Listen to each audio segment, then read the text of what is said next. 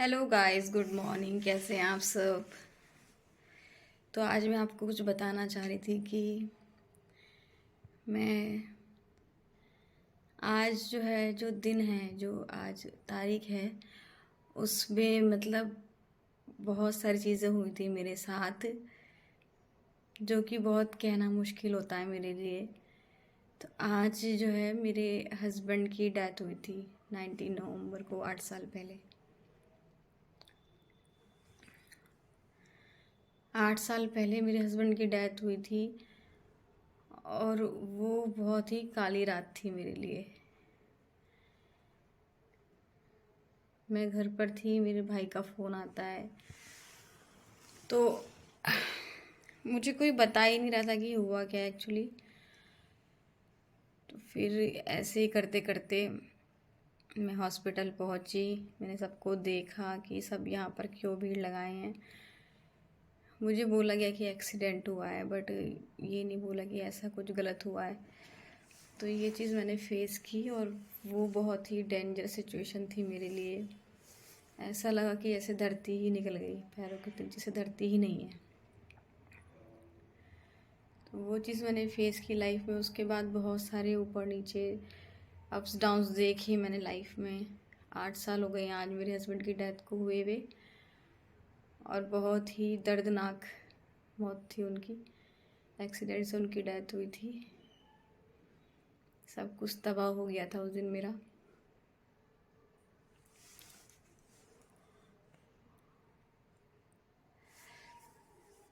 पर धीरे धीरे हिम्मत करके ईश्वर पे विश्वास करके मैं आगे बढ़ती रही, अपना काम करती रही।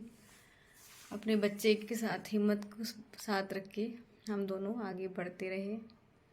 बहुत सारी चीज़ें लाइफ में देखी, अच्छे पल, बुरे पल, सब चीज़ों को एक्सपीरियंस किया लाइफ में कि कैसे दिक्कत, कैसे दुनिया एकदम सडन बदल जाती है हमारी। कोई भी हमारे साथ सडन कुछ हो जाता है तो कैसे दुनिया आपकी चेंज हो जाती है।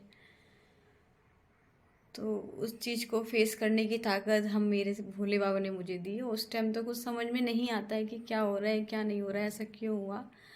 बट जो ईश्वर होता है कहीं ना कहीं हमारे साथ होता है, और ईश्वर ही हमें ताकत देता है आगे बढ़ने की, कि कोई नहीं है तो मैं हूँ तुम्हारे साथ। और हमेशा से ही वो मेरे साथ रहे हैं। मुझे कभी भी फील नहीं हुआ कि मैं अकेली हूँ, ऐसा कि मतलब जैसे होता है कि एक ईश्वर शक्ति आपके साथ काम कर रही है। ना ही मुझे डर लगता है, ना ही मुझे किसी की बात से कोई फ़र्क पड़ता है, ना ही मुझे कुछ फ़र्क पड़ता है कि कोई मेरे साथ है या नहीं है, कोई मुझसे बात करता है या नहीं करता। मुझे कुछ भी इस बात से फ़र्क नहीं पड़ता। बस मुझे ये लगता है कि कर्म बलवान है, ईश्वरीय शक्ति है जो मेरे साथ है, और हमेशा वो मुझे आगे बढ़ाएगी जीवन में। और मैं अपना अच्छा कर्म करती रहती हूँ, और ईश्वर हर कर्म का फल देते हैं, चाहे वो अच्छा हो चाहे बुरा हो। तो हमेशा अच्छे अच्छे कर्म करते रहना चाहिए और ज़िंदगी में आगे बढ़ते रहना चाहिए। 19 नवंबर की रात को जब मेरे हस्बैंड के साथ ऐसा हुआ था, तो मुझे बिलीव ही नहीं हो रहा था कि मैंने कभी भी किसी का लाइफ में दिल नहीं दुखाया है।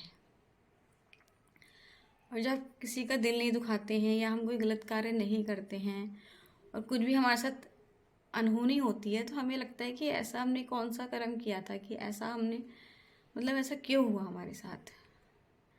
कुछ ना कुछ रिजल्ट तो होता ही है ना। तो मुझे ये बात समझ नहीं आई, लेकिन हाँ ये है कि जो भी हुआ, जैसा भी हुआ, लेकिन उसके बाद मेरी लाइफ, मेरा हाथ मेरे भोले बाबा ने पकड़ा है, और हमेशा उन्होंने मेरा साथ दिया है और आगे भी देते रहेंगे। मुझे ये हमेशा से ही फील होता है।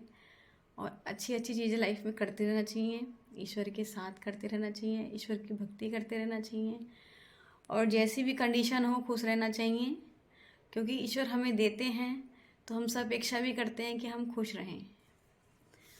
हमें खुश रहने का हक है ज़िंदगी में, और सभी कार्य करते हुए हमें खुशी खुशी अपने जीवन को व्यतीत करना चाहिए। दुनिया क्या कहती है, दुनिया क्या सोचती है, दुनिया के लोग क्या कहते हैं, सबके अलग अलग दिमाग होते हैं, सबके अलग अलग वाइब्रेशंस होती हैं। तो उसमें हमें कभी भी इन्वॉल्व नहीं होना चाहिए। लोग तो लोग होते हैं, चाहे यहाँ के हो चाहे कहीं के। तो लोगों की बातों पे ना जाएं, अपने काम पे ध्यान दें, हमेशा अपना अच्छा करें। अपने बारे में अच्छे सोचने का मतलब ये नहीं है कि आप किसी के लिए गलत सोच रहे हैं। तो अपना अच्छा करते रहें, आगे बढ़ते रहें और ईश्वर की शक्ति के साथ उसको एक जो शक्ति जो हमें मिलती है, अंदरूनी शक्ति हमारे अंदर भी होती है, जो कि एक इंसान के अंदर बहुत पावर होती है अंदर, लेकिन वो उसको पहचाने तो वो उसको आगे लेके जाती हैं। एक विश्वास होता है अंदर, एक सेल्फ कॉन्फिडेंस जिसे बोलते हैं। तो वो सेल्फ कॉन्फिडेंस हमें ईश्वर शक्ति से, स्पिरिचुअल जो हमारी जो होती है पावर, उससे हमें गेन करके हमें मिलता है। तो मैंने ऐसे ही टाइम 8 साल गुजार दिए हैं अपने अपने भोले बाबा के साथ, और आगे भी मैं ऐसे ही कार्य करती रहूँगी आपके लिए। और आप मेरे ब्लॉग को लाइक कीजिएगा, शेयर कीजिएगा, सब्सक्राइब कीजिएगा और मेरे लिए विश कीजिएगा कि मेरी लाइफ हमेशा अच्छी रहे, मैं और मेरी बेटी हमेशा खुश रहें। Thank you so much. Bye bye.